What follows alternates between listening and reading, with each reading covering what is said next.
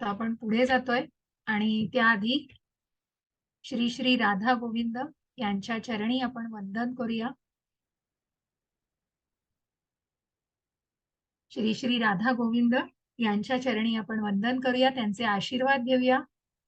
आणि श्री श्री श्रीला प्रभुपाद यांनाही माझा साष्टांग दंडवत.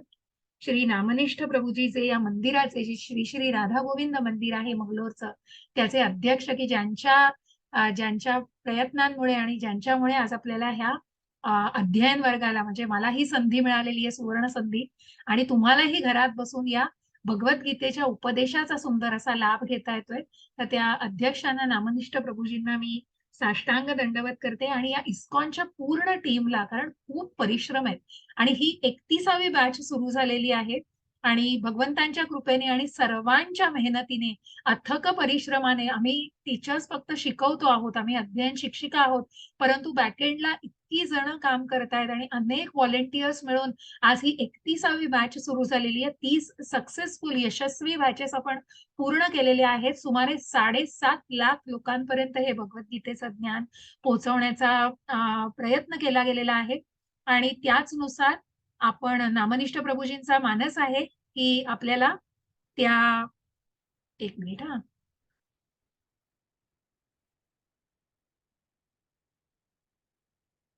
नामनिष्ठ प्रभूजींचा मानस आहे की 108 अशा बॅचेस पूर्ण करायच्या आहेत.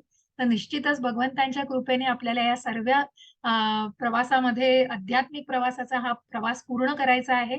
तर त्यासाठी आपण पुढे जातोय आणि या संदर्भात आपण माहिती घेणार आहोत. तर हा जो वर्ग आहे तो कुठल्या प्लॅटफॉर्मवर असेल, त्यानंतर काही काही नियम असतील, त्या सर्वात सुरुवातीला की मग इस्कॉन म्हणजे काय, मग मला थोडंसं सांगा हो. सगळेजण तुम्ही आज आलेले आहात, इथे खूप आनंद आहे आणि तो आनंद भगवंतांना, शतगुणी आनंद असा भगवंतांना आहे. मग या इस्कॉन, मग ज्या इस्कॉन कडून तुम्ही हा जो वर्ग आणि हे जे अध्ययन घेणार आहात, मग या इस्कॉनचा फुल फॉर्म काय हो? इस्कॉन म्हणजे काय सांगू शकेल कोणी? मी अनम्यूट केलं नाही तरी सगळ्यांनी चॅटमध्ये उत्तरं देऊ शकता तुम्ही मला, कारण सगळ्यांना एकाच वेळेला अनम्यूट करणं कठीण असतं. तर म्हणून तुम्ही जर चॅटमध्ये उत्तरं दिलीत तर आनंद आहे. इस्कॉनचा अर्थ सांगू शकाल? इस्कॉनचा फुल फॉर्म सांगू शकाल मला? थोडासा संवाद साधा. मला माहितीये तुम्ही सगळे आपण पहिल्या दिवशी भेटतोय, पण इस्कॉन हे सगळ्यांनी की मी या इस्कॉनच्या मंदिरामध्ये गेले होतो इकडे, आणि कितीतरी मंदिरं आहेत हो इस्कॉनची. मग या इस्कॉनचा अर्थ थोडासा प्रयत्न करा. नाही आला तर मी आहे तुम्हाला सांगायला. पण प्रयत्न करून बघा. हा संवाद साधायला खूप आवडेल तुमच्याशी. आणि कुठेतरी आपलं मग एक कुटुंब तयार होणार आहे. आज पहिला दिवस आहोत, आपण या प्रवासामध्ये आहोत आणि असं हे आपण 18 दिवसाचा आपला हा यज्ञ असणार आहे आणि याच्यामध्ये आपण सर्वांचं एक छोटंसं कुटुंब तयार होणार आहे. तर आपण खूप छान संवाद साधूया त्याच्यामध्ये. आणि तुम्ही तर बोललात, तर खूप आनंद आहे. खूप छान वसुधा माताजी, कृष्ण भावना भावित. अगदी बरोबर. International society for Krishna consciousness असा हा ISKCON, म्हणजे I is international, society is S, Krishna K आणि कॉन्शियसनेस म्हणजे काय, तर आंतरराष्ट्रीय कृष्ण भावना भावित संघटना, असा याचा पूर्ण फुल फॉर्म आहे. इंग्लिशमध्ये तो आणि मराठीमध्ये हा अर्थ आहे त्याचा. धन्यवाद वसुधा माताजी. हरे कृष्ण. तर अशा या इस्कॉनचे, अशा या आंतरराष्ट्रीय कृष्ण भावना भावित संस्थेचे फाउंडर, ज्याची ज्याची स्थापना केलेली आहे, असे श्री श्रीला प्रभुपाद, भक्तिवेदांत स्वामी प्रभुपाद आपल्या समोर ज्यांचं चित्र आहे. आणि असे हे हिज डिवाइन ग्रेस, की ज्यांना एसी भक्ती वेदांत आणि ज्यांनी ही कृष्ण भावना फक्त भारतामध्ये नाही तर त्यांच्या गुरूंच्या आज्ञेनुसार जगभरामध्ये प्रत्येकाच्या मनामध्ये रुजवण्यासाठी जो काही अथक परिश्रम आणि जो प्रयत्न केलेला आहे, त्यासाठी म्हणजे प्रभुपादांना साष्टांग दंडवत. आणि अशी ही भावना प्रत्येकाच्या मनात रुजू करणं, हा कुठेतरी दृढ निश्चयाने ती गोष्ट करणं, हे खरोखर महान कार्य आहे. आणि अशा या श्रीला प्रभुपादांना आपला साष्टांग दंडवत. अशा या श्रीला प्रभुपादांविषयी आपल्याला पहिल्या अध्यायामध्ये थोडी माहिती आहे. आणि मग जसं मी म्हटलं की हे संस्थापक आहेत, ज्यांनी ही संस्था निर्माण केली, असे हे संस्थापक, मग ज्यांचं वयाच्या 5व्या वर्षापासून ज्यांच्या मनामध्ये कृष्ण भावना, जे कृष्ण प्रेमामध्ये लीन झालेले होते. पुढच्या अनेक अध्यायांमध्ये आपल्याला या भगवद्गीतेतून अनेक या शब्दांचा कुठेतरी उल्लेख होईल आणि ही कृष्ण भावना सतत उल्लेखली जाईल. मग ती कृष्ण भावना, जी प्रेम भावना, भगवंतांविषयीचं जे प्रेम आहे, हे यांच्या मनामध्ये आधीच होतं. ते वयाच्या अगदी 5व्या वर्षापासून, की ज्यांनी आपल्या वडिलांना हट्ट करून कुठेतरी रथयात्रेची योजना करून घेतली, की ज्यांच्या वडिलांनी त्यांचा हट्ट पुरवला, त्यांच्यासाठी रथ बनवून भगवंतांची जगन्नाथ यात्रा, रथयात्रा केली आणि त्यांनी आपल्या सवंगड्यांबरोबर हा उत्सव साजरा केलेला आहे. असे हे श्रीला प्रभुपाद, की ज्यांनी एका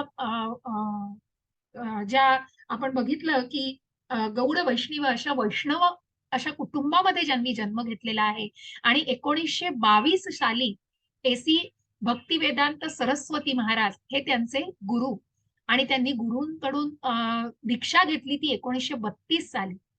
ते प्रत्यक्ष गृहस्थाश्रमामध्ये होते हो. मग प्रत्यक्ष प्रभुपादांनी संसारी म्हणजे त्यांना पत्नी, मुलं या सगळ्याच्या ह्याच्यातनं कारण ते संसारी होते, ते गृहस्थाश्रमामध्ये होते.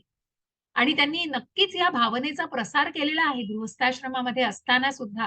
परंतु त्यानंतर मात्र त्यांनी गुरूंच्या आज्ञेनुसार 1959 साली मग त्यांनी संन्यास घेतलेला आहे. आणि तो संन्यास घेऊन मग त्यांनी बोटीवरून मग त्या जलदूतावरून ते अमेरिकेला थेट रवाना झालेले आहे. कारण मग त्यांना अशी आज्ञा केली त्यांच्या गुरूंनी, की फक्त भारतामध्ये नाही आणि दुर्दैवाने हो, मला दुर्दैवाने हा शब्द वापरायला लागतो. कारण कुठेतरी दुर्दैवच म्हणायला पाहिजे भारतीयांचं, की ज्यांच्या मनामध्ये ही कृष्ण भावना सगळ्यात आधी रुजू झाली असते. परंतु कुठेतरी दुर्दैवाने ज्यांनी त्याला प्रतिसाद दिला नाही प्रभुपादांच्या त्या कार्याला आणि म्हणूनच मग आज्ञेवरून आपल्या गुरूंच्या आज्ञेवरून त्यांनी परदेशामध्ये गमन केलेलं आहे आणि जलदूतावरून अनेक यातनांना सोसत आणि संकटांना तोंड देत पार करत त्यांनी या जलदूतावरून न्यूयॉर्कला अमेरिकेला आपलं गमन केलेलं आहे आणि अमेरिकेला जाऊन तिथे त्यांनी न्यूयॉर्क इथे 1966 साली इस्कॉन या संस्थेची स्थापना पहिल्यांदा केली. त्यामुळे इस्कॉन ही परदेशामध्ये पहिल्यांदा स्थापन झालेली आहे. मग ही कलकत्त्यामध्ये आणि भारतामध्ये येऊन मायापूर या ठिकाणी त्याचं राजधानीच मानली जाते इस्कॉनला. मग अनेक प्रसार केला गेला.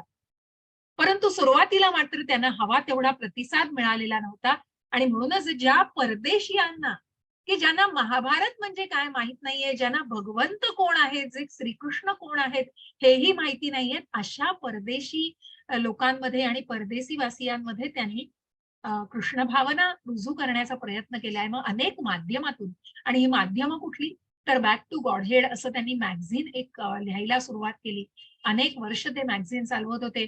त्यांनी स्वतः अनेक मोठ्या-मोठ्या व्यक्तींना भेटून या संदर्भात बोलून प्रत्येकाला उपदेश करून आणि आपण म्हणतो वर्ड ऑफ माउथ तसंच त्याचप्रमाणे त्यांच्या गुरूंच्या आज्ञेवरून ती पुस्तकं लिहित होते आणि तू लिहित जा आणि छापत जा. आणि म्हणूनच मग रात्रंदिवस फक्त 2 तास झोपायचे प्रभुपाद आणि फक्त पोटाला आपल्याला आवश्यक आहे तेवढं अन्न ग्रहण करायचंय आणि कायम त्यांनी फक्त दिवस-रात्र ते पुस्तकं लिहित होते आणि अनेक पुस्तकं त्यांनी लिहिलेली आहेत.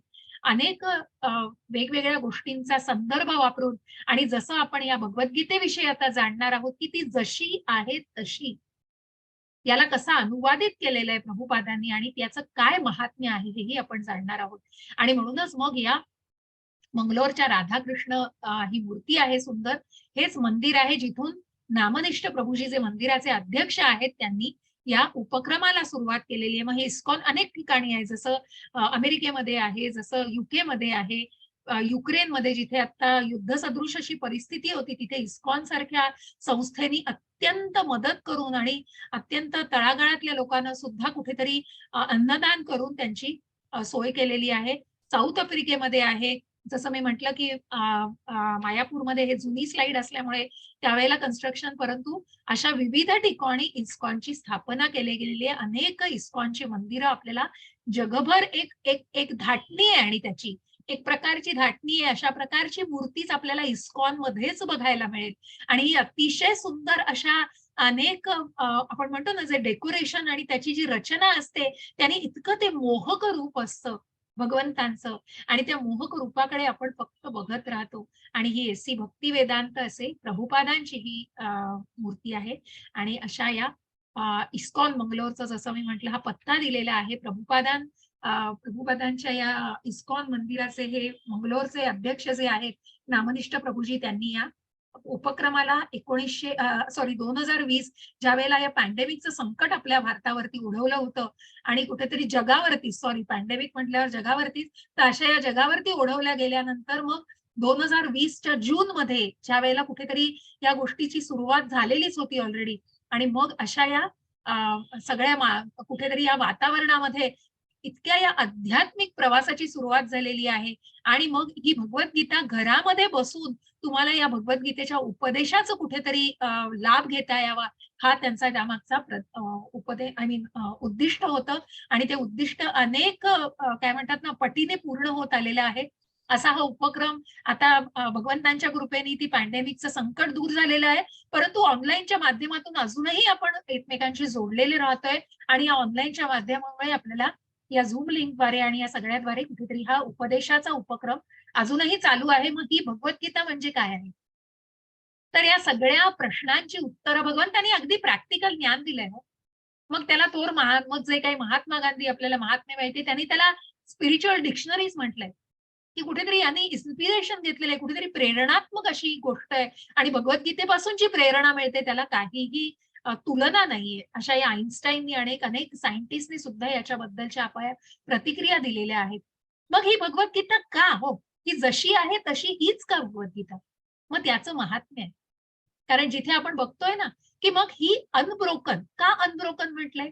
कारण ज्याप्रमाणे आपण एखाद्या मोबाईलला जसं चार्जिंगला लावतो ना, तो मोबाईल चार्ज होताना आपल्याला दिसत असतो, कारण ती कुठेतरी प्रवाह चालू असतो तो. तो प्रवाह कधी खंडित होईल? कारण त्या वायरचं कुठेतरी कनेक्शन जर लूज झालेलं असेल, कुठेतरी तुटलेलं असेल, तर मात्र तो प्रवाह कुठेतरी खंडित होऊन तो मोबाईल चार्ज होणार नाही. त्याच प्रकारे ही जी परंपरा आहे, ही कुठेही खंडित न होता, अनब्रोकन, कुठेही खंडित न होता, ही त्याच माध्यमातून गुरु परंपरेतून, जसं मी म्हटलं श्रीला प्रभुपादांचे गुरु भक्ती वेदांत सरस्वती महाराज यांचा आज डिसअपिअरन्स डे आहे. आपण त्यांना वंदन करूया. आणि प्रभुपादांचं खूप सुंदर असं त्याविषयीचं लिखाण आहे, की ज्यांच्या आज्ञेमुळे त्यांनी प्रत्येकाच्या मनामध्ये ती कृष्ण भावना प्रस्थापित करण्याचा प्रयत्न तर केलाच, परंतु त्यांच्या आशीर्वादाने अनेक अनेक तरुणांनी आणि अनेक अशा लोकांनी त्यांना इतकं सहकार्य केलेलं आहे, की ही भावना पुढे नेण्यासाठी त्यांना अनेकांचं सहकार्य त्यांच्या गुरूंच्या आणि भगवंतांच्या कृपेने तर होतच, परंतु गुरूंच्या आशीर्वादाने त्यांना ते लाभलेलं आहे, असे त्यांचे गुरु. आणि अशीच ही गुरु परंपरा आणि मग त्यांचे गुरु, अशा या गुरूंच्या माध्यमातून आलेली ही परंपरा, गुरु शिष्य गुरुच्या परंपरेतून आलेली ही भगवद्गीता कुठेही खंडित न होता, जसा तो प्रवाह कंटिन्यू राहतो, त्याचप्रमाणे हे ज्ञान कंटिन्यू झालेलं आहे. त्याचप्रमाणे हे सातत्याने आपल्यापर्यंत पोहोचलेलं आहे. आणि असं हे 18 दिवसामध्ये फार कठीण आहे. भगवद्गीता म्हटलीत ना, तर वर्षानुवर्ष लागतील हो. मी स्वतः सुद्धा 5व्या लेव्हलला अजून भगवद्गीता, की ज्याला भक्तिशास्त्री, ज्याची माहिती मी तुम्हाला देणार आहे आता. अशा 5व्या टप्प्यावर मीही अजून भगवद्गीता शिकतीये, कारण जितकी शिकू तितकी ती सखोल आहे हो. आणि म्हणूनच हा एकमेव उद्दिष्ट आहे, की भगवंतांचा आणि अर्जुनाचा संवाद तुमच्यापर्यंत पोहोचवावा आणि तुम्हाला पुढच्या टप्प्यांसाठी तयार करावं. कारण ही कुठेच हे अध्ययन संपणार नाहीये 18 दिवसामध्ये, तर फार कठीण आहे. फक्त हा एक यज्ञ आहे आणि या 18 दिवसांच्या माध्यमातून तुम्हाला कुठेतरी ते बेसिक ज्ञान, तुम्हाला तो उपदेश तुमच्यापर्यंत नक्कीच पोहोचवण्याचा, मग त्या प्रत्येक अध्यायाचं सार तुमच्यापर्यंत पोहोचवलं जाईल. कारण मग त्याच्यामध्ये प्रत्येक श्लोक घेणं खूप कठीण आहे हो. कारण कुठेतरी वेळेअभावी, आणि म्हणूनच मग वेळेअभावी आपण सगळे श्लोक कव्हर नाही करू शकत, पण त्या अध्यायाला पूर्णपणे आपण समजावून घेणार आहोत. निश्चितच तुमच्यापर्यंत ते विचारांचा जो विचारधारा आहे ती तुमच्यापर्यंत पोहोचणार आहे. आणि अशा या 18 दिवसांमध्ये ते शक्य नसल्यामुळे वर्षानुवर्ष, मग अनेक या 5व्या लेव्हल पर्यंत येईपर्यंत मी भगवंतांच्या कृपेने इस्कॉनच्या 2 वर्ष झाले सान्निध्यामध्ये आहे. आणि असं हे असोसिएशन, याची मी शब्दांमध्ये तुम्हाला काही एक्सप्रेसच करू शकणार नाही, असं हे ग्रेट असोसिएशन आहे, ज्याची आता तुम्ही सुद्धा एक अनुभूती घ्याल. आणि म्हणूनच तुम्हाला कुठेतरी पुढच्या टप्प्यांवर तयारी करण्यासाठी, मग ते पुढचे टप्पे काय आहेत तेही तुम्हाला सांगितलं जाईल. मग हे रोज आपण 1 तास भेटणार आहोत. आणि त्या प्रत्येक एकेका चॅप्टरचं, एकेका अध्यायाचं आपण अध्ययन करणार आहोत. मग या सगळ्याचे जसं मी म्हटलं, की त्याचं सार तुम्हाला सांगितलं जाईल.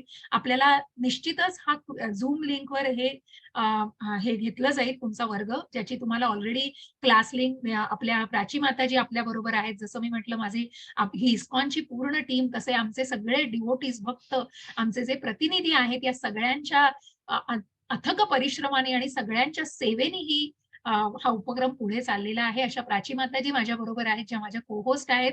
कुमुद माताजी यांनी सुंदर असं हे श्लोकांचं पठण केलेलं आहे. त्या कुमुद माताजी को-होस्ट आहेत. प्राची माताजी आपल्याला इतर माहिती ग्रुपवर सगळ्या शेअर करत जातील. जसं क्विझबद्दल मी तुम्हाला थोडी माहिती देणार आहे आणि त्याचा व्हिडिओ आणि त्याची लिंक, मग ही क्विझ काय असणार आहे त्याविषयी तुम्हाला जाणून घेता येणार आहे. आणि सर्वात शेवटी आपण थोडेसे 15 मिनिटं का होईना, काही अध्याय मोठे आहेत, काही लहान आहेत, परंतु निश्चितच तुमच्याशी संवाद साधायला मला आवडणार आहे. आणि म्हणून कुठल्याही म्हणजे एका तासामध्ये कुठे खंड न करता मी तुमच्याशी बोलत राहू शकणार नाही, नाहीतर आपला हा वर्ग चालूच राहील हो.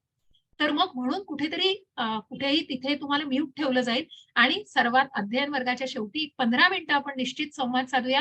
तुमच्या ज्या काही मनामध्ये प्रश्न आहेत, ते सर्वांचं निरसन केलं जाईल. मला माहिती नसेल त्या क्षणी तर मी माझ्या सीनियर डिव्होटीज कडून निश्चित त्यांच्याशी डिस्कस करून तुम्हाला ती उत्तरं, पण तुमच्या प्रत्येक प्रश्नाचं निरसन केलं जाईल आणि ज्या उद्दिष्टाने तुम्ही जे काही शिकायला आलेला तो निश्चित पूर्णपणे पूर्ण साकार होईल याची खात्री देते मी तुम्हाला. आणि अशा या वेगवेगळे टप्पे, जसं मी म्हटलं, की हा श्रद्धावान अशा टप्प्यावरती तुम्ही आहात. ज्या 18 दिवसांचा तुम्ही हा यज्ञ घेतलेला आहे, ज्याचा संकल्प आपल्याला सर्वात शेवटी घ्यायचा आहे. आणि मग त्याच्यानंतर कृष्ण सेवक, कृष्ण साधक, श्रीला प्रभुपाद आश्रय आणि मग अनेक हे भक्तिशास्त्रीच्या मार्गावरचे असे हे अभ्यासक्रम आहेत. आणि मग त्यानुसार हा बघा, हा टप्पा पुढे-पुढे जात जातो आणि या टप्प्यावरती तुम्ही अनेक अजूनही इतर पुस्तकांचं अध्ययन करता, ग्रंथांचं अध्ययन करतात, ज्याच्यामध्ये उपदेशामृत आहे, भक्ती उपदेशामृत सिंधू, त्या सगळ्यांचं जे नेक्टर ऑफ डिव्होशन ज्यांना म्हणतात, नेक्टर ऑफ इन्स्ट्रक्शन म्हणतात, ईशोपनिषद जे आपल्या उपनिषदांपैकी एक आहे, अशा ईशोपनिषदाचा सुद्धा अभ्यास केला जातो. मग या सगळ्याचा कुठेतरी सखोल अभ्यास या दुसऱ्या टप्प्यापासून, जरी तिसऱ्या टप्प्यापासून सुरू झाला, तरी तो 5व्या टप्प्यापर्यंत असा केला जातो आणि मग तो अत्यंत सखोल प्रकारे केला जातो. या सगळ्याबद्दल तुम्हाला कुठेतरी माहिती द्यायचा प्रयत्न आहे. मग तुम्ही म्हणाल, की आता हे सगळं जे क्लास सुरू केलेलं आहे, तर तुम्हाला पुस्तकं घेणं गरजेचं का आहे? तर नाही. तुम्हाला पुस्तकं घ्यायलाच पाहिजे असं नाही. पण निश्चितच तुम्हाला विकत घ्यायला सुद्धा मी लिंक दाखवणार आहे आणि या लिंकवरून तुम्हाला सगळे पी-डी-एफ्स मिळतील. आणि तुम्हाला रोजच्या रोज तुमच्या प्रिस्क्रिप्शनमध्ये वेदा आयो याची लिंक शेअर केलेली आहे. त्यामध्येही तुम्हाला सगळी पुस्तकं मिळतील. पण ज्यांची इच्छा आहे, की मला पुस्तकं विकत घेऊन माझ्या संग्रही ठेवायचं आहे आणि निश्चितच या पहिल्या लेव्हलला जे काही अभ्यासक्रम आहेत, भगवद्गीता जशी आहे तशी, त्यानंतर काही प्रश्नावली आहे आणि सायन्स ऑफ सेल्फ रिअलायझेशन हे जे विज्ञानाशी संदर्भित, कारण प्रभुपादांनी जे काही ज्ञान मांडलेलं आहे, ते पूर्ण आधारासहित आहे आणि त्याला शास्त्राचा असा दृढ आधार आहे.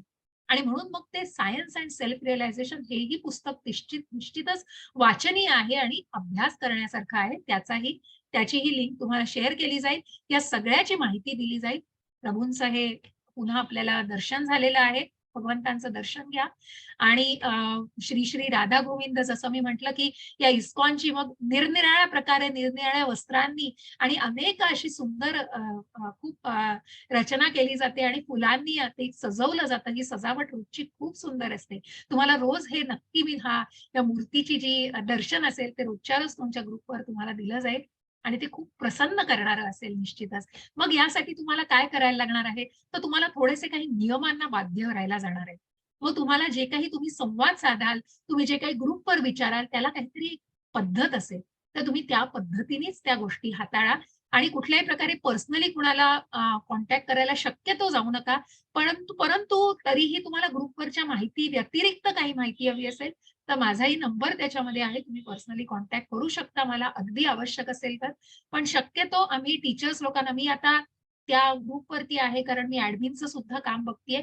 परंतु टीचर्सशी कुठल्याही प्रकारचा तुम्हाला ॲडमिनच्या आणि जे काही आपले ॲडमिन को-होस्ट आहे यांच्या माध्यमातून तुम्ही अध्ययन शिक्षिकेबरोबर संपर्क करू शकता. मग हे नियम आहेत. जसं मी म्हटलं, की इस्कॉन हे जे मंदिराचे आणि ह्या बंगलोरच्या मंदिराचे नामनिष्ठ प्रभूजींनी घालून दिले. कारण कुठल्याही गोष्टीला बघा, आपण म्हणू एक नियम असणं आवश्यक आहे. सुरू केलेला उपक्रम आहे, पण तो पुढे का जातोय? कारण त्या नियमांना बाध्य आहे.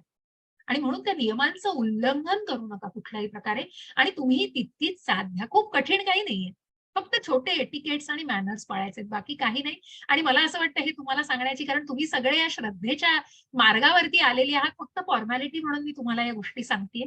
पण निश्चितच मला आनंद आहे, की या सगळ्याची खरंच गरज पडणार नाही. त्याचप्रमाणे मग टीचर्स आणि ॲडमिन्स बद्दल मी जे काही सांगितलं, मग अनेक विद्यार्थ्यांनी आपलं अनेक सॉरी भक्तांनी आपली प्रतिक्रिया दिलेली, की काय मला मिळालं आणि काय या सान्निध्यातनं आणि या असोसिएशन भक्तांच्या संगत म्हणजे जे आपण भक्तांच्याच संगतीमध्ये राहतो, या भक्तांच्या संगतीचं काय महात्म्य आहे, या सगळ्याची जाण आपल्याला निश्चित मिळेल. मग भगवद्गीता शिकताय हो. मग ती अशी झोपून जसं मोबाईल कुठेही बसून कुठल्याही मीटिंगला कसंही बसलंय, कारण आता ऑनलाईनच्या याच्यामध्ये मग व्हिडिओ ऑन नाही केलाय तरी चालतंय सगळं, तर नाही. मनाची शिस्त पाळा. कुठेतरी या अध्ययनाला, भगवद्गीतेला कुठेतरी तो भगवंतांचा उपदेश आहे हे निश्चित लक्षात ठेवा आणि त्याप्रमाणेच आपलं पोश्चर ठेवा आणि बसून व्यवस्थित प्रमाणे तुम्ही या अध्ययन वर्गाला उपस्थित राहू शकता. त्यानंतर तुमचे जे काही प्रश्न मी म्हटलं तसं तुम्ही हँड रेज करू शकता क्लासच्या शेवटी आणि त्याप्रमाणे तुम्हाला आपल्या प्राची माता जी आहेत त्या अनम्यूट करतील. एकेकानी करा कारण एकाच वेळेला मला जे काही तुम्ही 18-19 जण जॉइन झालेले आहात, तर मग एकाच वेळेला जर आपण बोललो तर आपल्याला आवाज ऐकू येणार नाही. त्याच्यामुळे कुठेतरी प्रयत्न आहे तेवढी शिस्त पाळण्याचा. मग ही जी वेबसाईट दिलेली आहे त्यावरनंही तुम्हाला अनेक मंदिराविषयी माहिती मिळणार आहे. त्यानंतर मग तुम्हाला या डोनेशन्स लिंक मग आपल्याला भगवंतांचा अध्यायामध्ये 12व्या अध्यायामध्ये याच्यावर जाणून घ्यायचंच आहे, की ज्या सेवेबद्दल आपण जाणून घेणार आहोत त्यातली एक सेवा म्हणजे दानाची सेवा. मग त्याच्यात कुठलीही सक्ती नाही हो, सगळं स्वेच्छेने. तुम्हाला अध्ययन वर्ग निश्चितच हे सगळं ज्ञान तुम्हाला भगवंतांनी म्हणजे इथे नामनिष्ठ प्रभूजींनी भगवंतांच्या कृपेने हा उपक्रम अत्यंत म्हणजे मोफत याच्यामध्ये कारण कुठलंही तुमच्याकडून शुल्क आकारलं जात नाही. परंतु त्यासाठी तुमची कृतज्ञता आणि म्हणूनच तुम्हाला जे हवं असेल ते तुम्ही निश्चित दान करू शकता. त्यासाठी तुम्हाला सगळी माहिती शेअर केली जाईल. दान करतानाही कुठेतरी आपण म्हणतो, जसं या जगामध्ये भगवंतांनी सांगितलंय हो अध्यायांमध्ये, की मग जसं आई जाताना सांगते, "पाकीट सांभाळ हो तुझं." तसं या दुनियेमध्ये भगवंत म्हणतायत, "मग अनेक प्रकारची लोकं आहेत, तू सांभाळ." कारण या त्रिगुणांचा प्रभाव आपण जाणणार आहोत नंतर. मग कुठेतरी हे सगळं धोकादायक व्यक्ती आणि कुठेतरी विकृत लोकं सुद्धा त्याच जगामध्ये आहेत, ज्या तामसी वृत्तीचे आहेत आणि म्हणूनच मग आपल्याला कुठेतरी सावध राहायला लागतं. मग ती सावधता कशी? तर कुठेतरी ते स्पॅमर्स असतात, कुठेतरी चुकीच्या बातम्या पोहोचवणारे असतात, चुकीच्या लिंक्स मग आपण या फ्रॉडला कुठेतरी आजकाल बळी पडतो. तसं होऊ देऊ नका आणि थोडेसे सावध राहा. मग हे सगळे बँक डिटेल्स सगळ्या गोष्टी तुम्हाला व्यवस्थितपणे शेअर केल्या जातील. ज्या ठोस असतील, ज्या कुठेतरी ऑथराइज्ड असतील त्यांनाच तुम्ही अ, दान करू शकता. त्या सगळ्याची तुम्हाला व्यवस्थित माहिती दिली जाईल. आपण वेबसाईटवर आहोत. आपली ही वेबसाईट सोशल मीडियावर आपण आहोत. Facebook आणि Instagram या सगळ्याच्या माध्यमातून आपण भक्तांशी संपर्क साधतोय आणि अशा या 22व्या सॉरी हे आधीच आहे. तर आपल्या या 31व्या ह्याचं सुद्धा आपण या माध्यमातून याची ॲडव्हर्टाइज बघत होतो आणि कुठेतरी WhatsApp या माध्यमातूनच यावेळेला आपण जास्तीत जास्त भक्तांची कारण कुठेतरी आता जसं मी म्हटलं, की भगवंतांच्या कृपेने कुठेतरी या पॅन्डेमिकला आपण संपवलेलं आहे. आता कोव्हिड पूर्णपणे काय म्हणतात ना त्याचं नेस्तनाबूत करायचंय आणि त्याला नाहीसं करायचंय पूर्णपणे आणि तीच आपण सगळ्यांच्या साथीने भगवंतांच्या कृपेने आपण ते शक्य करू शकलोय. त्याच्यामुळे मग आता आपल्याला कुठेतरी ऑफलाईन प्रत्येकाच्या ॲक्टिव्हिटी सुरू झाल्या आहेत. त्याच्यामुळे ऑनलाईन ज्यांना जसं जमतंय तसं ते निश्चितच जॉइन होत आहेत आणि या अध्ययन वर्गाचा लाभ करून देत आहेत. मग त्यासाठी काही क्विझेस असणार आहेत. मग डेली तुम्हाला प्रत्येक एक अध्याय झाल्यानंतर तुम्हाला त्याचं उत्तरं प्रश्नोत्तरांना हवं असेल तर ते सुद्धा स्वेच्छेने आहे. तुम्हाला कुठलंही कंपल्शन नाहीये. तुम्हाला एक रजिस्ट्रेशन लिंक पाठवली जाईल क्विझसाठी. त्यावर तुम्ही स्वतःला रजिस्टर करा आणि तिथे तुम्ही नाव तुमचं रजिस्टर केल्यानंतर तुम्हाला ती लिंक मिळेल. त्यानंतर मराठीची प्रश्न उत्तरं असतील. प्रत्येक अध्याय झाल्यानंतर जर तुम्ही प्रश्न उत्तरं सोडवली, तर तुमचा तो अध्याय कुठेतरी पक्का व्हायला तुम्हाला मदत होईल आणि निश्चितच या सगळ्याची रिव्हिजन आपली उजळणी केली जाते. मग मी रोज उजळणी घेणारच आहे. आणि जसं मी म्हटलं, की संवाद साधा कुठेतरी तुम्ही ज्या प्रश्नांना उत्तरं दिलीत, तर आनंदच आहे. कुठेतरी ते विचार पक्के व्हायला आणि तुम्ही जे काही शिकता आहात, ते निश्चित त्या चिंतनातून कुठेतरी पुढे जाणार आहे आणि तुमच्यामध्ये पूर्णपणे ते आत्मसात केलं जाईल. आणि हाच प्रयत्न आहे. ही लिंक पुन्हा जिथे तुम्ही पुस्तकं घेऊ शकता. मग एक आठवड्याच्या साधारण काळाने तुम्हाला ही पुस्तकं तुमच्यापर्यंत कुरिअरने किंवा पोस्टनी पोहोचतात. आणि या सगळ्याची सोय व्यवस्थित केलेली आहे. तुम्हाला जे काही कोणाला विचारायचं असेल त्यासाठी तुम्हाला ग्रुपवर ते नंबर शेअर केले जातील. तुम्ही आपल्या ॲडमिनशी संपर्कात राहा, प्राची माताजींशी. तुम्हाला जे काही विचारायचं असेल तर तुम्ही ग्रुपवर नाही, प्राची माताजी तुम्हाला सगळं डिटेल्स पाठवत राहतील ग्रुपवर. परंतु काही असलं तरी प्राची माताजींना कॉन्टॅक्ट करा किंवा मला कॉन्टॅक्ट करा आणि असलं तर निश्चितच तुम्हाला त्या सगळ्यातनं मदत केली जाईल. असं कुठलंही काही तुमच्या मनामध्ये शंका राहणार नाही, प्रश्न राहणार नाहीत याची काळजी घेतली जाईल. तर त्याप्रमाणे तुम्ही आणि मग अशा या आपण जे मी सुरुवात केलेली आहे, ज्या प्रार्थनेने त्या प्रार्थनेलाच आपण म्हटलंय आणि त्यानंतर जे हा जो पंचतत्व मंत्र आहे त्याचं महात्म्य मी तुम्हाला शिकवताना अध्यायांमधनं सांगणारच आहेत. श्री चैतन्य महाप्रभू ज्यांनी 500 वर्षापूर्वी हा महामंत्र आणलेला आहे पृथ्वीवरती आणि ज्याच्याच माध्यमातून प्रभुपादांनी ही कृष्ण भावना प्रत्येकापर्यंत पोहोचवलेली आहे. आणि अशा या हरे कृष्ण महामंत्राच्या पूर्वी हा पंचतत्व मंत्र म्हटला जातो. जय हो श्री कृष्ण चैतन्य प्रभू नित्यानंद श्री अद्वैत गदाधर श्रीवासादि गौर भक्तवृंद. व त्यापैकी जे चैतन्य महाप्रभू आहेत ते प्रत्यक्ष भगवंतांचा अवतार आहेत. प्रभू नित्यानंद जे बलरामांचा अवतार आहेत, अद्वैत आहेत, गदाधर आणि श्रीवासादि हे राधाराणी, नारद मुनी आणि शिवांचे अवतार आहेत. या सगळ्यांचं स्मरण केलं जातं. हरे कृष्ण कृष्ण कृष्ण हरे हरे, हरे राम राम राम हरे हरे. या महामंत्रापूर्वी याचं स्मरण केलं जातं आणि या सगळ्या महात्म्यांना स्मरलं जातं आणि त्याच्यानंतर मग या जपाला सुरुवात केली जाते. मग या सगळ्यातनं आपल्याला सगळ्यांनी मिळून माझ्याबरोबर हा संकल्प करायचा आहे. तुम्ही जे काही आता नवीन अध्ययन वर्गाला पहिल्यांदा शिकायला आलेले आहात त्यांनी निश्चित हा संकल्प करा. मी पुढचे 18 दिवस सातत्य हा शब्द खूप महत्वाचा आहे कारण ते सातत्य तुम्ही राखू शकणार आहात. आणि म्हणूनच मी असा संकल्प घेतो आहे की मी पुढचे 18 दिवस हा यज्ञ सातत्याने या यज्ञाला, या अध्ययन वर्गाला भगवंतांच्या कृपेने, ज्या श्रीला प्रभुपादांच्या आशीर्वादाने मी हा संकल्प घेत आहे की मी या 18 दिवस या पूर्णपणे अध्ययन वर्गाला न चुकता उपस्थित राहील. या सगळ्याला मी पुन्हा पुन्हा थोडंसं फॉर्म केलं शब्दामध्ये, परंतु तेच आपल्याला संकल्पामध्ये म्हणायचंय आणि सगळ्यांनी मनामध्ये हरे कृष्ण म्हणा, 3 वेळेला हरे कृष्णाचा महामंत्र म्हणा आणि आपल्या मनामध्ये हा संकल्प करा. ज्यांनी मोठ्याने तुम्ही आता म्हटलं नाही, पण आपण नंतर मी थोड्याना अनम्यूट करते. आपण एकदा महामंत्र म्हणूया. पण सगळ्यांनी हा मनापासून संकल्प करा. एका, दुसऱ्या, तिसऱ्या, मग ही लेफ्ट, शी लेफ्ट, हा यांनी लीव्ह केलं, त्यांनी लीव्ह केलं. शेवटी जे उरणार आहेत हे तुम्हाला अध्ययनात सुद्धाच कळणार आहे. परंतु पहिल्या, दुसऱ्या, तिसऱ्या, चौथ्या एवढ्याच अध्यायाबद्दल नाही करणार होतो. तो 18 दिवसांचा यज्ञ आहे. 17 दिवस हे अध्याय पूर्णपणे कंप्लीट करा आणि 18वा हे गीतेचं सार तुमच्यापर्यंत येणार आहे. त्यातही अर्जुनाचे प्रश्न संपलेले नाहीयेत आणि म्हणूनच भगवंतांचा उपदेश हा तिथेही संपत नाहीये. आणि या सगळ्याला आपल्याला कुठेतरी जाणून घ्यायचं आहे. या सगळ्याला संकल्पातूनच तुम्ही उपस्थिती तुमची दर्शवणार आहे. मग अनेक प्रश्न उत्तर जे काही कॉमन असतात, मग मला याच्यातलं अध्यात्मातलं मला काही पुस्तकांना पैसे भरायला लागणार आहेत का नाही, तर ते अध्ययन वर्गासाठी तुम्हाला कुठलेही पैसे नाही आहेत, परंतु तुम्हाला जे काही पुस्तकं विकत द्यायची त्यासाठी मात्र निश्चितच तेवढी देणगी आणि तेवढे ती पैसे भरून तुम्हाला ती तुमच्या घरापर्यंत घरपोच पोहोचवलं जाईल. त्यानंतर मग तुम्हाला सर्टिफिकेट घेण्यासाठी ते मॅन्डेटरी आहे का? नाही, ही तुमची स्वेच्छेने आहे. तुम्हाला जर इच्छा असेल तर तुम्ही ती क्विज सोडवा. क्विज सोडवलीत तर तुम्हाला त्या पार्टिसिपेशनचं सर्टिफिकेट मिळेल आणि तुम्हाला ते कुठेतरी आपण म्हणतो ना, आपण आपले संग्रही ठेवतो आणि म्हणून ते सर्टिफिकेट असतं. मग तुम्ही हे किती वेळेला करू शकता? 5 मार्क मिळाले तर अजून करू शकता. अनलिमिटेड अटेम्प्ट्स आहेत. आणि मग मी याच्या आधी कधीही भगवद्गीता शिकलेली नाहीये, मला संस्कृत येत नाहीये, असे कुठलाही नियम नाहीये कोणीही भगवद्गीतेच्या.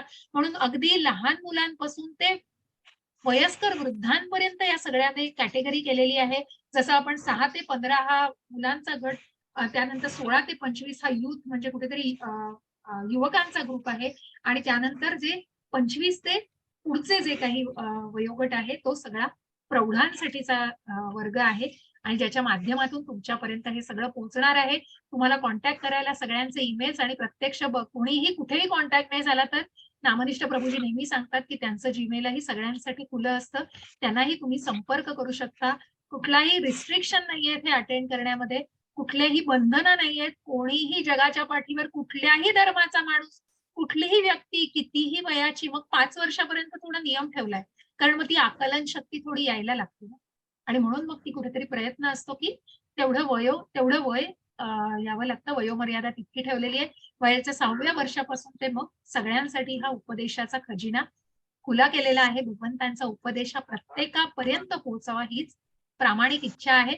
असं या सगळ्या माध्यमातून तुमच्यापर्यंत हा उपदेश पोहोचवलाय. ओरिएंटेशन म्हणजे आपली ओळख झालेली आहे. सगळ्यांनी संकल्प करा. मी सगळ्यांना एकदा अनम्यूट करते.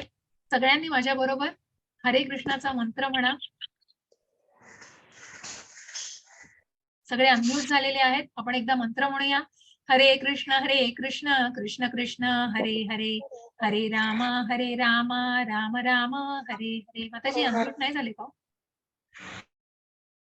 अनम्यूट झालात बघा तुम्ही. प्रत्येक अनम्यूट करून बघा. हरे कृष्ण सगळ्यांना. हरे कृष्ण कृष्ण कृष्ण हरे हरे, हरे राम राम राम हरे हरे, हरे कृष्ण कृष्ण कृष्ण हरे हरे, हरे राम राम राम हरे हरे. सगळे डिवोटीज होत नाहीत का माताजी? वसुधा माताजी अनम्यूट होता येत नाहीये, बघा प्रयत्न करून.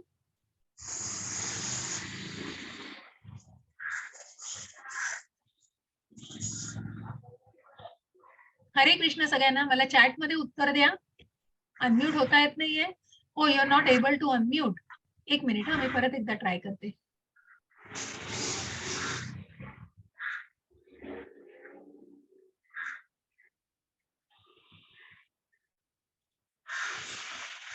Allow participants. Okay sorry. Hare Krishna सगळ्यांना. हरे कृष्ण कृष्ण कृष्ण हरे हरे, हरे हरे, हरे राम राम राम हरे हरे. हरे. सर्वांनी संकल्प घेतलाय असं मी गृहीत धरते. सगळ्यांनी या 18 दिवसाच्या यज्ञाचा संकल्प घ्या आणि निश्चित 18 दिवस आपली सातत्याने उपस्थिती दर्शवा. ही सर्वांना विनंती वजा सूचना आहे. तर निश्चितच हरे कृष्ण सगळ्यांना. आत्ता हँड रेज करून शक्यतो प्रश्न नंतर मी सगळ्यांचे घेईन आणि म्हणून मी सगळ्यांना अनम्यूट ठेवलेलं आहे. प्राची माताजी सगळ्यांना नंतर अनम्यूट करतील. ज्यांचे प्रश्न असतील त्या सर्वांना प्रश्न विचारता येतील. पण मी आता पहिल्या अध्यायाला सुरुवात करते, कारण मला कुठेही वेळ दवडायचा नाहीये. आपल्याला वेळेत आपला अध्ययन वर्ग संपवायचा आहे, कारण तुमच्या वेळेचं तितकंच महत्व आहे. सर्वजण कुठे कुठे प्रत्येकाच्या कमिटमेंट्स असतील त्याप्रमाणे आपल्याला करायचंय. तर मी पहिल्या अध्यायाला सुरुवात करते. आपण श्री श्री राधा गोविंद यांना वंदन करूया. श्री श्रीला प्रभुपाद यांना वंदन करूया आणि अशा या 18 दिवसाच्या भगवद्गीता समजून घ्या या कोर्सला आपण सुरुवात केली आहे. सगळ्याचं मी तुम्हाला माहिती आधी दिलेली आहे सगळी. मग हे जे महाकाव्य आहे म्हटलेलं आहे, कुठेतरी स्पिरिच्युअल डिक्शनरी आहे. दररोज जे गीतेचं चिंतन करतात त्यांना नवीन अर्थ आयुष्याचे प्राप्त होतात. आणि जेव्हा मी भगवद्गीता वाचतो, बघा आईन्स्टाईन म्हणतायत, जेव्हा मी भगवद्गीता वाचतो देवाने हे विश्व कसं निर्माण केलेलं याचं चिंतन करतो, तेव्हा बाकी सर्व काही अनावश्यक वाटतं. मग जसं मी तुम्हाला उदाहरण देऊन सांगितलं की कशा प्रकारे हा स्त्रोत तुमच्यापर्यंत ज्ञानाचा स्त्रोत पोहोचतोय, कारण तो कुठेतरी अखंडित आहे. खंडित न झालेला असा प्रवाह आहे. अखंड हा प्रवाह तुमच्यापर्यंत ज्ञानाचा पोहोचतो आहे. मग हा विशाल ग्रंथ 18 दिवसामध्ये अध्ययन करणं आणि त्याचा अभ्यास करणं हे खूप कठीण आहे. आणि म्हणूनच मग कुठेतरी त्या अध्ययन वर्गाला आपल्याला पुढे शिकण्यासाठी, त्याची तयारी करण्यासाठी मी तुम्हाला थोडी मदत करणार आहे. तुमच्यापर्यंत भगवंतांचा आणि अर्जुनाचा संवाद पोहोचवणार आहे. मग या भगवद्गीतेचे 700 श्लोक आहेत, ज्याची तुम्हाला कल्पना असेल. त्यापैकी भगवंतांच्या मुखी त्यापैकी 575 श्लोक आहेत. अर्जुनाने 83 श्लोक म्हटलेले आहेत. त्यानंतर 41 श्लोक हे संजय, आता संजय आलेले आहेत कुठेतरी पिक्चर मध्ये, आणि धृतराष्ट्र पण आहेत. तर मग हा जो महाभारताचा कुठेतरी बॅकग्राऊंड आहे ते मी तुम्हाला थोडीशी सांगते. कारण मग ह्या ज्या महाभारतामध्ये ज्या दोन पक्षांमध्ये ही युद्ध होणार होतं, जे कौरव आणि पांडव, मग त्या कौरवांचा प्रमुख जो दुर्योधन, जो धृतराष्ट्राचा मुलगा, आणि ज्या पांडव जे होते की ज्यांचे युधिष्ठिर, अर्जुन, भीम, नकुल आणि सहदेव हे पांडव, की ज्यांचं या कौरवांशी युद्ध होणार होतं, की ज्या भगवंतांनी शांतीदूत बनवून जरी तिथे कुठेतरी मध्यस्थी केली तरी तो दुर्योधन इतका मगरूर होता आणि कुठेतरी विनाशकाले विपरीत बुद्धी हो. कारण मग त्या खड्ड्यात पडायचंच होतं ना. भगवंत सांगतायत तरी पण नाही, मला सुईच्या टोका एवढं सुद्धा राज्य कुणाला द्यायचं नाही, त्यांना युद्ध करायलाच लागेल, युद्धाशिवाय गत्यंतर नाही, असे शब्द होते दुर्योधनाचे. कारण इतकी कुटिलता मनात भरलेली होती हो, कपटाने मन भरलेलं होतं, द्वेषाने मन भरलेलं होतं आणि म्हणूनच स्वतःच्याच भावांविषयी द्वेष मनामध्ये होता. म्हणून या युद्धाला कुठेतरी ठिणगी पडलेली आहे. मग या धृतराष्ट्र जो जन्मांधळा होता हो, आणि मग जो जन्मांधळा असल्यामुळे जन्मांध असल्यामुळे त्याला राज्य मिळालेलं नव्हतं. पण त्याच्या भावाला जेव्हा पंडूराजा जेव्हा राज्यावर बसले होते, परंतु त्यांच्या निधनाने मग पंडूराजांचं जेव्हा आकस्मिक निधन झालं, तेव्हा धृतराष्ट्रांपर्यंत ते राज्य येऊ शकलं नाही. परंतु पांडवांच्या पुत्रांनाच ते राज्य परत केलं जावं, जेव्हा ते वयाने मोठे होतील आणि जेव्हा त्यांना कळायला लागेल, तेव्हा निश्चित त्यांचं राज्य त्यांना परत केलं जावं. परंतु धृतराष्ट्र बघा, ज्या दुर्योधनाच्या मनात कपट कुठून आलेलं हो, ते धृतराष्ट्राकडूनच आलेलं आणि म्हणूनच मग कुठेतरी ज्या वडिलांमध्ये हा कपटी भाव होता, की मामका पांडवाश्चैव, हे श्लोकामध्ये महत्वाचं आहे हो, पहिल्या श्लोकामध्ये तेच आपल्याला जाणायचंय. आणि म्हणून मग हा धृतराष्ट्राच्या तोंडी फक्त एकच श्लोक आहे आणि त्याचा जो सचिव आहे संजय, कारण मग व्यासमुनींनी ही दिव्य दृष्टी धृतराष्ट्रांना जरी देऊ केली होती, तरी ते जन्मांध असल्यामुळे म्हणाले की मी कुणालाच ओळखू शकणार नाही हो. आणि म्हणूनच मग त्यांच्या सचिवाला ही दिव्य दृष्टी व्यासमुनींनी दिलेली आहे. व्यासांच्या कृपेने, व्यासदेवांच्या कृपेने संजयांना कुरुक्षेत्रावरील अगदी अगदी प्रत्येक जे काही प्रसंग होते ते दिसू शकत होते आणि त्याचं पूर्णपणे यथोच्छ असं वर्णन ते धृतराष्ट्रांना, आपल्या राजाला करत होते. एक मिनिट हा.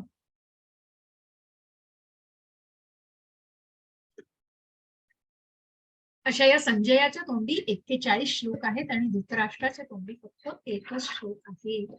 मग ही भगवद्गीता तुम्ही म्हणाल, मग ही भगवद्गीता जशी आहे तशी आणि ही कुठल्या विषयांवर आधारित आहे?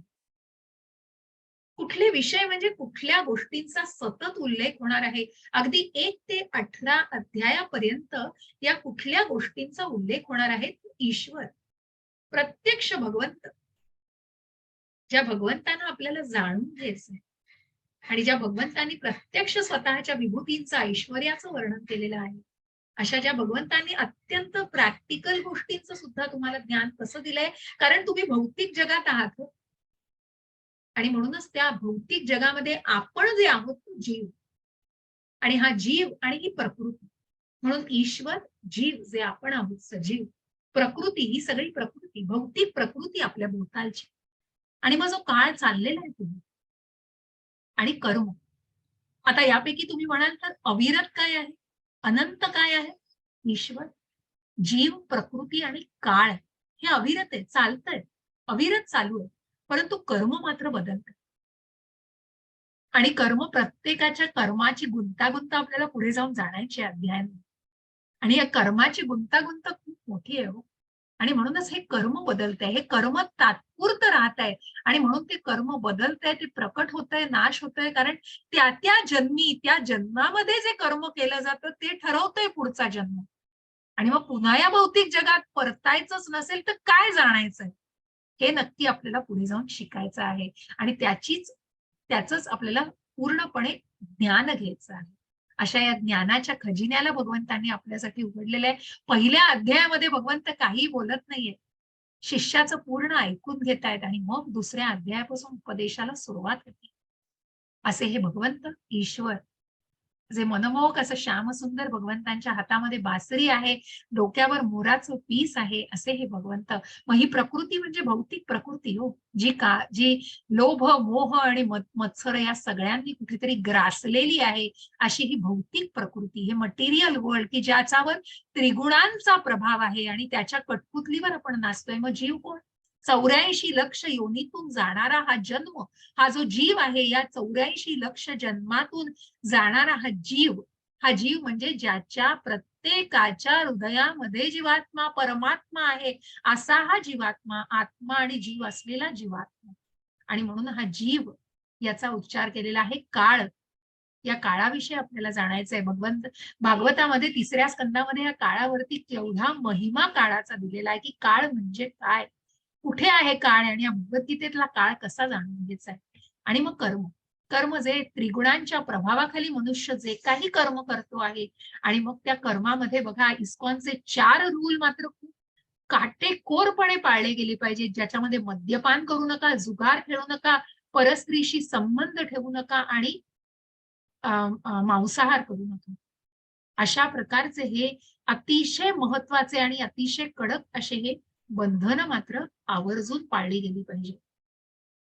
आणि मग आपल्याला कळतंय भगवद्गीतेची पार्श्वभूमी कशावर आहे, तर अर्जुनाचा भ्रमनिरास आणि भ्रमाचं स्वरूप ही कृष्णाची मांडणी. कारण मग बघा जो अर्जुन, जो नरनारायणापैकी एक नर, जो कुंतीच्या पोटी जन्माला आलेला आहे, जो ज्यांनी द्रौपदीला जिंकलेला आहे, ज्यांचं स्वयंवर जिंकून ज्यांनी द्रौपदी ज्यांची पत्नी झालेली आहे, असे हे अर्जुन जे उत्तम धनुर्धर आहे आणि जो जो द्रोणाचार्यांचा लाडका शिष्य आहे, अशा अर्जुनाला का व्हावं लागेल विषाद हो? का त्यांनी शस्त्र खाली ठेवून दिली, त्या विषादाला का त्याला सामोरं जावं लागले? कारण कुठेतरी ही त्यांची योजना आहे. आणि जर तो गोंधळच नसता तर कशासाठी भगवद्गीता सांगायला लागली असती. त्या भगवद्गीतेचा उपदेश दुसरं तिसरं काही नाही, पण आपल्यापर्यंत पोहोचावा. आणि म्हणूनच प्रथम श्रोता हा अर्जुन असला तरी सगळ्यांच्या हितासाठी हे आहे. कारण हे कधी झालं, मग अर्जुनाचा असमंजसपणा आपल्याला जाणून घ्यायचा आहे, जे आपल्या पुढच्या काही गोष्टींमध्ये. मग हा टप्प्याटप्प्याने सुरू झालेला प्रवास आहे. जसं मी म्हटलं की 1, 2, 3, 4, 5 अध्यायांमधनं काही करणार नाही. थेट 18 अध्याय जेव्हा ऐकाल तेव्हाच कुठेतरी हा यज्ञ पूर्ण होईल आणि हे ज्ञान कुठेतरी आत्मसात व्हायला सुरुवात होईल, मी तर म्हणेन. आणि म्हणूनच तुम्हाला त्या पुढच्या टप्प्यांसाठी मग हा 18 दिवसाचा वर्ग तुम्ही 1, 2, 3, 4 कितीही वेळेला परत परत करू शकता. पुढच्या टप्प्यांवरही तुम्ही लगेच जाऊ शकता. ही तुमची इच्छा आहे. कुठलंही बंधन नाहीये तुम्हाला, कुठलंही रिस्ट्रिक्शन नाहीये, कुठलेही नियम नाहीयेत त्याच्यासाठी. नियम फक्त या इस्कॉनचे जे ठराविक तुम्ही त्या बंधनांमध्ये आणि जे शेवटी कुठलाही उपक्रमाचे जे नियम असतात ते, परंतु बाकी गोष्टी तुम्ही तुमच्या स्वेच्छेने करू शकता. मग ही सुंदर अशी भगवद्गीतेला इतकं सुंदर असं उपदेश केलेला आहे. आय मीन उपमा दिलेली आहे. सर्वोपनिषदो गावो दोग्धा गोपालनंदनः पार्थो वत्सः सुधीर्भोक्ता दुग्धम गीतामृतम महत्. हरे कृष्ण माताजी. हरे कृष्ण माताजी. सर्व उपनिषदे गायीप्रमाणे आहेत आणि गायीचे दूध देणारे भगवान श्रीकृष्ण हे नंदाचे पुत्र आहेत. अर्जुन हे वासुर आहे. गीतेतील सुंदर अमृत हे दूध आहे आणि उत्तम आस्तिक बुद्धीचे भाग्यवान भक्त हे दूध पितात व उपभोग घेतात. हरे कृष्ण माताजी. हरे कृष्ण माताजी, धन्यवाद. मग ही जी उपनिषद मी म्हटलं ती गायीप्रमाणे आहे आणि या गायीचं दूध प्रत्यक्ष दोग्धन प्रत्यक्ष भगवंत घेत आहेत आणि या गायीचं दूध भगवंत सगळ्यांना देतायत. आणि प्रथम जरी वासराला दिलं असलं तर वासरू म्हणजे अर्जुन आहे. कारण वासराला त्याचा पहिला श्रोता, जसं पहिला श्रोता भगवद्गीतेचा अर्जुन आहे, तसं ते वासरू पहिलं ते गीतामृत कुठेतरी घेतंय आणि मग त्या गीतामृताचं हे दुग्धपान हे प्रत्येकापर्यंत भगवंतांनी दिलेलं आहे. जो आस्तिक भाग्यवान आहे ते सर्व हे दूध ग्रहण करतात. हे अतिशय अमृता तुल्य असं अमृतमय असं हे उपदेशाचं ज्ञान ग्रहण करणं म्हणजेच या दुधाला सेवन करणं आणि त्याचा उपभोग म्हणजे त्या ज्ञानाचा उपभोग घेतला जातो. असं हे कुठेतरी बॅकग्राऊंड दिलंय तुम्हाला सगळं. आणि मग अर्जुनाला विलाप का झालेला आहे. आता आपल्याला पहिल्या अध्यायामध्ये काय बघायचंय, तर एकाच दृश्यावर 3 वेगवेगळ्या व्यक्तींच्या काय प्रतिक्रिया झाल्या. मग तुम्ही बघाल तर प्रत्येक अध्यायामध्ये श्लोक पुष्कळ आहेत आणि त्या श्लोकांचं वर्णन असं आहे की युद्धाला सुरुवात झालेली आहे आणि ही सुरुवात झाल्यानंतर जसं मी इथे म्हटलं की ही स्लाइड मी तेव्हा बोलले नाही, पण कृष्णाने दोन्ही सैन्यांच्या मध्ये रथ चालवला. बघा कुठेतरी युद्धाला ठिणगी, युद्धाला सुरुवात झालेली आहे. सर्वांनी आपले शंख पण फुंकलेले आहेत आणि या शंख फुंकण्याने, या शंखनादाने कुठेतरी जो माहोल असतो तो कुठेतरी तो अतिशय प्रसन्न वातावरणातील शुभ मानलं जातं या शंख फुंकण्याला. आणि अशा या शंख फुंकण्याने त्या युद्धाला सुरुवात झालेली, युद्ध पुकारलं गेलेलं आहे. परंतु हे सगळं झाल्यानंतर मात्र अर्जुन हे सगळ्यावरनं त्याची प्रतिक्रिया काय आली आहे, तर नाही तो शस्त्र ठेवून देतो आहे आणि अर्जुन कुरुक्षेत्राची लढाई लढायला तयार नव्हता. कारण ही योजनाच भगवंतांनी कशी केली होती बघा. सेनयोरू भयोरमध्ये तो रथ दोन्ही सैन्यांच्या अगदी मधोमध जाऊन असा उभा केला की अर्जुनाला आपले पितामह आपले गुरु अगदी व्यवस्थित समोर दिसत होते. काय येणार हो त्या त्या शिष्याच्या मनामध्ये, काय येणार हो त्या नातवाच्या मनामध्ये, की प्रत्यक्ष आपले पितामह समोर आहेत, आपले गुरु समोर आहेत, आपण कसा त्यांच्याशी युद्ध करायचं, आपल्याकडून त्यांची हत्या झाली तर, असे एक ना अनेक विचार त्याच्या मनामध्ये येत आहेत. आणि या सगळ्या विचारांची परिणिती म्हणजे काय, तर मग अर्जुन विषाद झालेला आहे, कुठेतरी असमंजस झालेला आहे आणि असमंजस झाल्यामुळे तो भगवंतांना शरण गेलेला आहे. तुम्ही बघू शकाल की कशा प्रकारे डोळ्यामध्ये अश्रू आलेले आहेत त्याच्या. अशा या 3 व्यक्तींच्या कुठेतरी प्रतिक्रिया आपल्याला जाणून घ्यायच्या. यातली पहिली व्यक्ती तुम्हाला दिसत असेल ती धृतराष्ट्र. धृतराष्ट्र उवाच.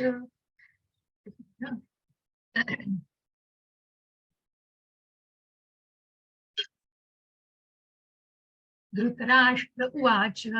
धर्मक्षेत्रे कुरुक्षेत्रे समवेतायुत्सवः मामका पांडवाश्चैव किम कुर्वत संजय. बघा काय म्हणताय धृतराष्ट्र. धर्मक्षेत्रे कुरुक्षेत्रे, जे कुरुक्षेत्र धर्माच्या प्रमाणे आहे, जे अत्यंत पवित्र आहे. काय येतंय असं मनामध्ये बघा, कारण मामका पांडवाश्चैव, माझे पुत्र आणि पांडूचे पुत्र, इथेच कुठेतरी त्या दुधामध्ये मिठाचा खडा घातलेला आहे. कारण ज्या पवित्र ठिकाणी कुठेतरी धृतराष्ट्रांच्या मनामधली भावना बघा हो कशी. कारण बघा कुठेतरी मनामध्ये इतकं भय आहे आणि इतकं कुठेतरी सांशक आहे मन, की काय होणार आहे. कारण धर्मक्षेत्रासारख्या पवित्र ठिकाणी जर पांडवांचं मन बदललं आणि कुठेतरी या सगळ्यांच्या विचारांमध्ये फरक पडला तर हे युद्धच झालं नाही तर. कारण ज्याला युद्ध व्हावं ही अतिशय प्रकर्षाने इच्छा होती, कारण हे युद्ध होऊन माझ्या मुलांना राज्य मिळावं इतका एकमेव त्याच्या मागचा उद्देश होता. आणि आपल्या पुत्रांनी राज्य गादीवरती बसावं आणि त्यांनी राज्य चालवावं. धृतराष्ट्राच्या मुलाने ज्या दुर्योधनाला त्यांनी हे युद्ध जिंकावं असं वाटत होतं. मग म्हणून असा प्रश्न विचारला जातोय संजयाला, की ज्या कुरुक्षेत्रावरती लढाई लढायला आल्यावर तिथे काही जेवण घालणार आहेत का हो. आणि म्हणून मग किमकुर्वत संजय हा प्रश्न का, की काय करतायत. आणि म्हणूनच काय करतायत, की ज्या ज्या ज्या दुधामध्ये फाडलं गेलं ज्या दुधाला, आणि मग त्याला काय करणार आहे त्याचं तिथे, तर त्याचे पनीरचे ते रसगुल्ले समोरचे एखाद्याचे ठेवले तर त्या रसगुल्ल्यांना खाणारच ना कोणी. आणि म्हणूनच त्याप्रमाणे युद्ध जिथे रणांगणावर गेले तिथे युद्ध हे होणारच. परंतु मन किती सांशक झालंय बघा. मन कुठेतरी भयभीत झालेलं आहे आणि त्या भयाने कुठेतरी वाटतंय की काय होणार आहे, काय होणार या युद्धामध्ये माझ्या मुलांचं, ही कुठेतरी मनामध्ये भीती आहे. आणि मग ही दुसरी व्यक्ती कोण हो, जी सर्वात उजव्या बाजूला, तीच म्हणजे धृतराष्ट्राचा पुत्र दुर्योधन. आणि म्हणून तो दुर्योधन काय विचारतोय बघा, कुणाला विचारतोय तर आपल्या गुरूंना, द्रोणाचार्याला. कारण जिथे जिथे त्यांना जेव्हा विचारणा केली गेली, ज्या वेळेला भगवंतांनी एक संधी दिली होती की अर्जुनाला तुला काय पाहिजे आहे, माझं सैन्य का मी हवा आहे, तेव्हा ही जी विचारणा केली गेली तेव्हा उत्तर असं गेलं अर्जुनाकडून की मला तुम्ही हवाय आहात भगवंत. कारण जेव्हा आपल्या दालनामध्ये भगवंत आराम करीत होते आपल्या कक्षेमध्ये, तेव्हा तिथे अर्जुन पहिल्यांदा आला आणि येऊन तो भगवंतांच्या पायाशी बसला आणि त्यांचे पाय चेपत बसला भगवंतांचे. भगवंतांना निद्रा आली होती आणि त्यांना झोप लागली होती.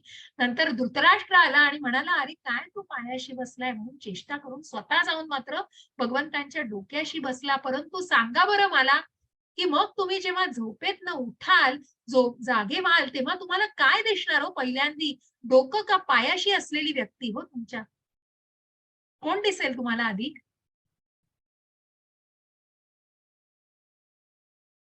सांगा चॅटमध्ये. छोटी छोटी प्रश्न आहेत.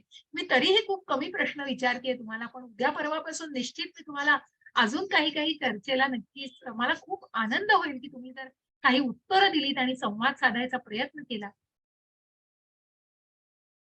सांगा.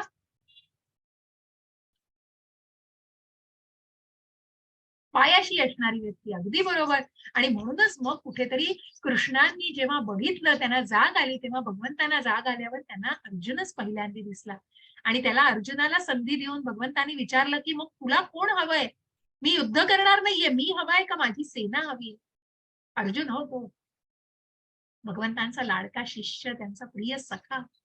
त्याने फक्त भगवंतांचीच मागणी केली आणि मला तुम्ही हवे आहात भगवंता. मी तर युद्ध करणार नाही, तरी पण मला तुम्ही हवे आहात.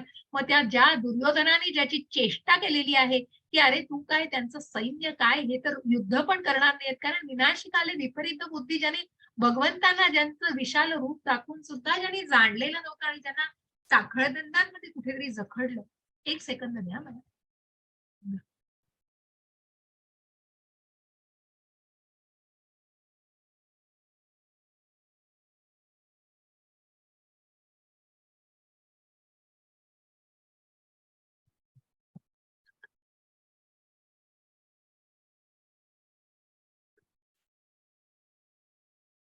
कारण विनाशकाले विपरीत बुद्धी आणि म्हणूनच ज्याला त्या युद्धालाच सामोरं जायचं होतं, कुठेतरी विनाशालाच बोलवलं होतं त्यांनी.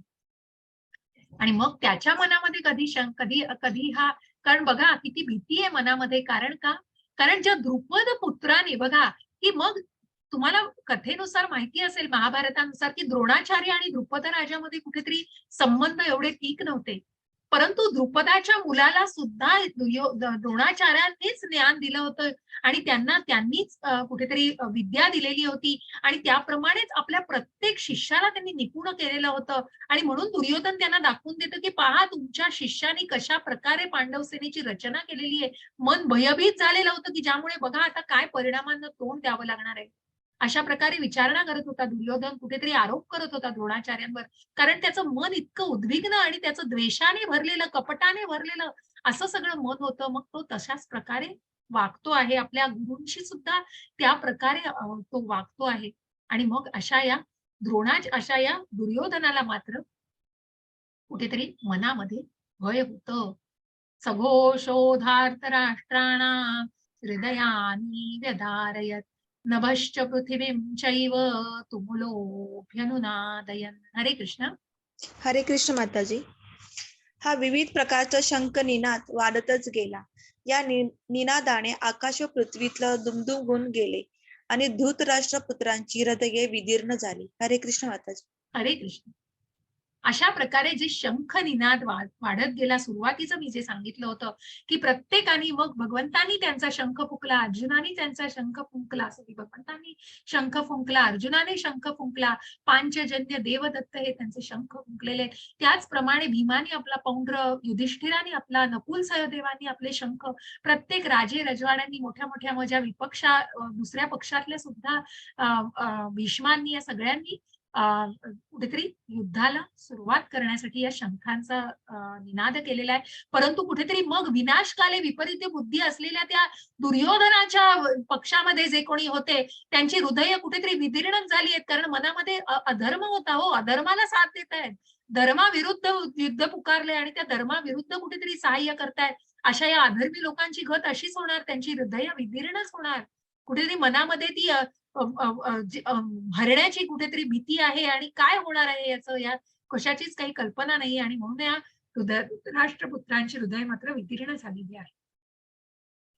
मग असं हे जे युद्ध सुरू होणार आहे कुरुक्षेत्रावरती, पण आपल्याला माहितीये की जिथे भगवंत आहेत तिथे मात्र विजयाशिवाय दुसरं काहीच नाही. आणि म्हणून या पहिल्या अध्यायामध्येच कुठेतरी उल्लेख झालेला आहे. या विजयाच्या कारणांचा उल्लेख तुम्हाला क्विझमध्ये कदाचित विचारला जाईल. परंतु या विजयाच्या कारणांचा उल्लेख या श्लोकांद्वारे करण्यात आलेला आहे, की जो विजय अधर्माविरुद्ध धर्माचा विजय झालाय त्याची कारणं काय होती? तर पहिलं सर्वात महत्वाचं कारण की जे युद्ध धर्मक्षेत्रावर झालेलं आहे. कुरुक्षेत्र असं जे धर्मक्षेत्र आहे, पवित्र अशी जागा आहे. दिव्य रोज हा कुठेतरी सूर्यदेवाने अग्नीनी याला अर्जुनाला दिलेला आहे. असा हा दिव्य रथ आहे. कपिध्वज ज्या झेंड्यावरती तुम्हाला बजरंग आपले मारुती रायाचं चित्र दिसतंय. मग ज्या त्रेतायुगामध्ये प्रभू रामचंद्रांची ज्यांनी सेवा केली, अत्यंत घनिष्ठ असा प्रभू रामचंद्रांचा इतका दृढ निष्ठा असलेला सेवक जो त्रेतायुगामध्ये त्यांच्या बरोबर होता आणि इथेही भगवंतांच्याच बरोबर आहे, जे कृष्ण म्हणून आहेत, जे राम त्रेतायुगामध्ये होते ते इथे द्वापार युगात कृष्ण आहेत. या कृष्णांबरोबर की जिथे भाग्यलक्ष्मी की कृष्णांच्या बरोबर त्यांची पत्नीही आलीच हो. आणि या सगळ्याचं कुठेतरी तिथे वावर आहे आणि असा हा हनुमान सुद्धा तिथे उपस्थित आहे. कपिध्वजावर त्याचं चिन्ह आहे. शंखनाद ज्या शुभ अशा शंखाचा नाद झालेला आहे. गांडीव धनुष्य जे पशुपशास्त्र मिळालेलं आहे, जे इंद्राकडून अर्जुनाला मिळालेलं आहे. त्यक्त जीविता की जे प्रत्येक जीव कुठेतरी काय म्हणतात ना त्याला की आपलं जीवदान करायला, आपलं बलिदान करायला तयार झालेला आहे. मग त्या धर्माच्या विरुद्ध जे अधर्माच्या विरुद्ध जे धर्माच्या बाजूनी लढता आहेत, तेही राजे रजवाडे स्वतःचं जीव बलिदान करायला तयार झालेले आहेत. त्याला त्यक्त जीविता म्हटलंय. मग तो दिवस आत्ताच आपण गीता जयंती साजरी केली. तो मोक्षदा एकादशी हा दिवस आहे की ज्या दिवशी भगवंतांनी 45 मिनिटं त्या भगवत गीतेचा उपदेश कुरुक्षेत्रावरती कुठे इकडे तिकडे नाही गेले हो भगवंत. कॉन्फरन्स रूम मध्ये आणि कुठल्या रूम मध्ये जाऊन अर्जुनाला नाही तर प्रत्यक्ष कुरुक्षेत्रावरती हा उपदेश 45 मिनिटं भगवंतांनी अर्जुनाला दिलेला आहे. जे प्रत्यक्ष ऋषिकेश आहेत, जे इंद्रियांचे स्वामी आहेत, असे हे ऋषिकेश प्रत्यक्ष त्या कुरुक्षेत्रावरती उपस्थित आहेत. अशी ही 9 कारणं आपल्याला जाणून घ्यायची आहेत. आणि या 9 कारणांबरोबरच मग जो असमंजसपणा आपण अर्जुनामध्ये बघितला, मग ज्या 3 व्यक्तींना आपण इथे बघितलं, या 3 व्यक्तींपैकी हे जे मधली व्यक्ती आहे, या धृतराष्ट्रांच्या आपण ज्या भावना बघितल्या, दुर्योधनाच्या भावना बघितल्या, पण त्याच अर्जुनाची काय भावना आहे आणि ज्या अर्जुनाची काय गत झालेली आहे, तर त्या अर्जुनाच्या मनामध्ये डोळ्यामध्ये अश्रू आलेले आहेत आणि तो असमंजस का झालाय कारण त्याच्या मनामध्ये करुणा दाटून आलेली आहे. मग 1.28 मध्ये तुम्हाला त्याचा अर्थ सापडेल. त्याचं जे काही वर्णन केलेलं आहे त्या श्लोकाद्वारे. मग त्याला आनंद वाटत नाही. आपल्याच आप्तांविरुद्ध लढून त्यांच्या विरुद्ध जिंकण्यामध्ये काय आनंद मिळणार आहे. आणि म्हणून मग कुठेतरी आपण पाप करतो आहे. आपण या सगळ्यांच्या पारिवारिक परंपरेला कुठेतरी धोका निर्माण करू आपण पाप करतो आहे आणि कुठेतरी या परंपरेला खंडित करण्याचं पाप आपल्या माथी यावेल असं हे सगळं विचार करून तो असमंजस झालेला आहे आणि त्याने गांडीव खाली ठेवून दिलेलं आहे. असं आहे 5 कारण म्हणजे काय करुणा, आनंद नाही, पाप, कौटुंबिक परंपरा आणि असमंजस्व. अशा या असमंजसत्वाला कुठेतरी कशा प्रकारे सामोरं जायचं आहे अर्जुनाला.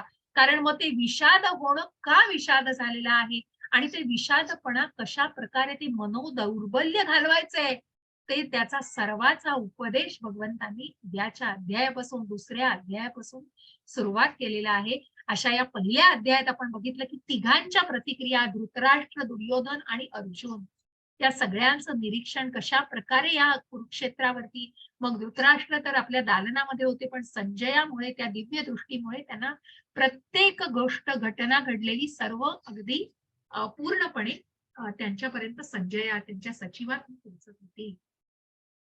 इति प्रथमोध्याय समाप्त. इथे आपण आपला पहिला अध्याय संपवलेला आहे. 4:30 बरोबर झालेले आहे. पहिला अध्याय आपण इथे संपवलेला आहे. थोडी ओळख करून घेऊन पहिला अध्याय इथेच आपला कशा प्रकारे संपतोय की जिथे अर्जुनाला विषाद का झालेला आहे त्याची कारणं आणि त्याचबरोबर मग विजयाची कारणं ही इथे उल्लेखली आहेत. त्या सर्वांबद्दल आपल्याला पुढे जाणायचंच आहे.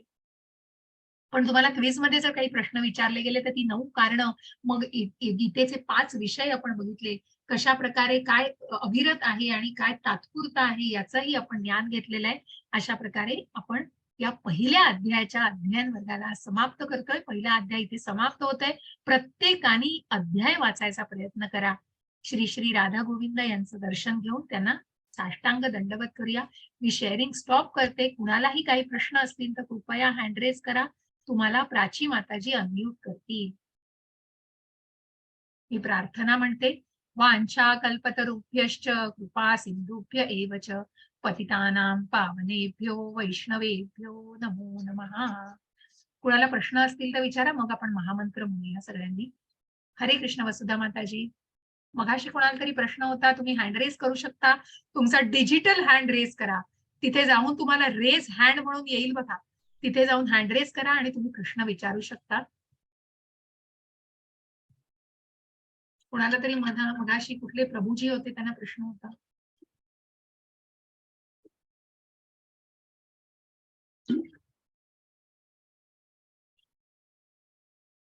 हरे कृष्ण.